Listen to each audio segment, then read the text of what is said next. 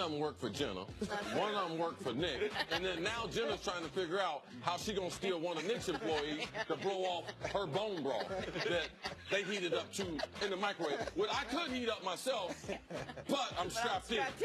Yes, but I said I'm strapped in. We're gonna have someone blowing on her stuff, on our drinks very soon. Really love you, people, very much so. Let's get back to the show. Remember that football team that used to play well in New York but ran into 99 problems and the quarterback was one? Oh, Jenna! Who wrote that? dropping bars.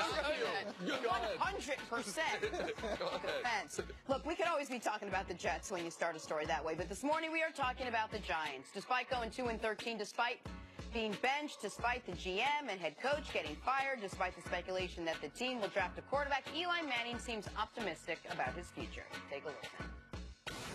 It may be hard to realize it or think. I don't think the Giants are far off. We're coming off a year where we, won 11 games the year before. We played a lot of teams tough this year with injuries and losing guys. It was one of those years where we lost a lot of tight games or games getting down to the fourth quarter, and we just couldn't quite compete. Just because we lost too many guys, or we just lost some heartbreakers, and so I don't think it's far off once you get some guys back. As I said, there's no other team I want to play for. This is all I know. This is all I know is the New York Giants, and I don't take that for granted. It's been a special place to be. I'm sure he means every year except for this past one. But, Coach, is Eli right that the Giants are a few tweaks away from getting back there? Well, Eli's right in the sense that teams can transition quickly from year to year, and we saw that.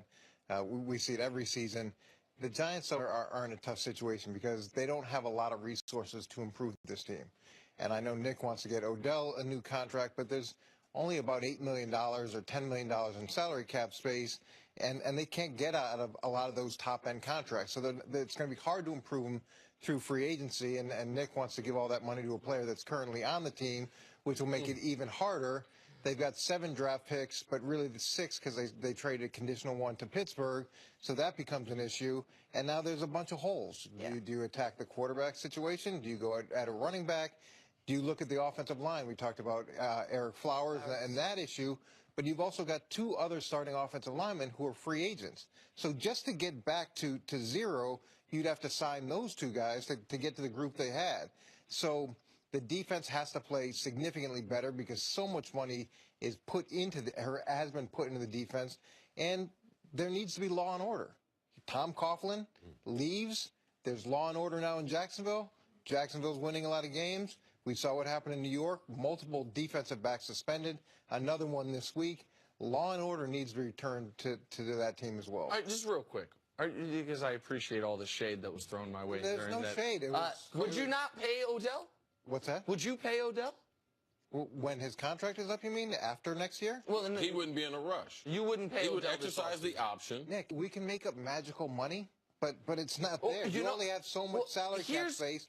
If you look at their salary cap, absolutely right. And so you're going to pay a player that gets you back to the talent that you have. You're not improving the team. Well, you would be improving on what you had this year because you didn't have Odell this year. But but you have Odell next year. You know one way you can free up some money? By having a rookie quarterback and not having your, at this point, overpriced veteran quarterback?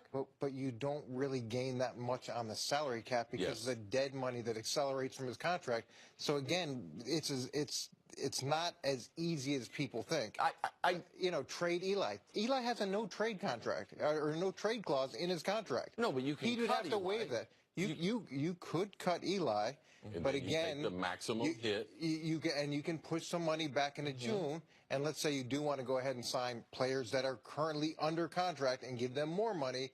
You're not improving the team. Well, listen, your point about the salary cap, what they did in free agency with the defensive players 2 years ago is why they are betwixt and between right now.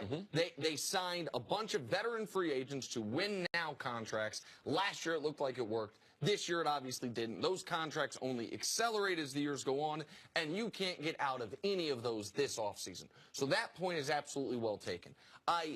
If I'm the Giants, I am taking advantage of the fact that hopefully this is our only 2 or 3 win season that we will have for the next decade. We have the second pick of the draft. I'm drafting my guy, Josh Rosen, telling Eli, listen, we appreciate it. We are turning a page. We can argue about whether or not they're going to pay Odell. The owner said they're going to pay Odell, so I believe they will pay Odell, and trying to go from there. Go ahead, CC. They have a lot of holes to fill. I'm not going to address what they should do, because people think that this is just imaginary money. You know, it's like monopoly money. People think NFL teams are fantasy football because that's their correlation to the NFL. That's their connection. But it's not. The NFL salary cap is a pie. Now, if you only have one sliver left, and that's what he talked about, the 8 to 10 million, you can only improve within the confines of that. Even if they cut Eli, they are not improving by drafting your guy, Big Ears Josh Rosen, all right, who says he don't want to play for the Browns. Oh, well, you're so significant, you don't want to play for the Browns, but you'll play for the Giants. Oh, like you have done enough in your career that you could demand that. That's another story. They can only improve so much next year. Odell needs to go to the ownership and realize, I understand the economics, and not put pressure on the Giants so they have more flexibility. Because Odell is going to get his money. Now, he's also one of the rare players that gives them the flexibility because he's making so much in endorsement money. He makes more from Nike than any other football player. That gives him the flexibility. If he's interested in winning, which is what he's going to be remembered for, it's not going to be his hair, it's not going to be the catches, it's going to be, did he win as a Giant? Odell has to give them that flexibility. The Giants are in a hard spot. It's hard to improve when you don't have the money. And when you have a rookie quarterback and you've got a very unsettled offensive line and a running game that hasn't been consistent, yeah, you can insert some draft picks, but now we're spending the number 1 on a quarterback.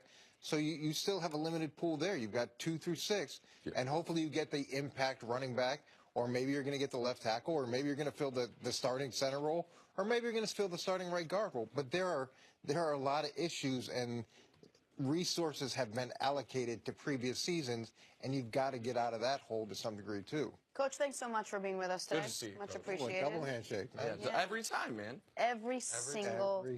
Oh, guess what? Josh Rosen, My guy. did he just do exactly what he needed to do to avoid the Browns? Did he just get his first career win?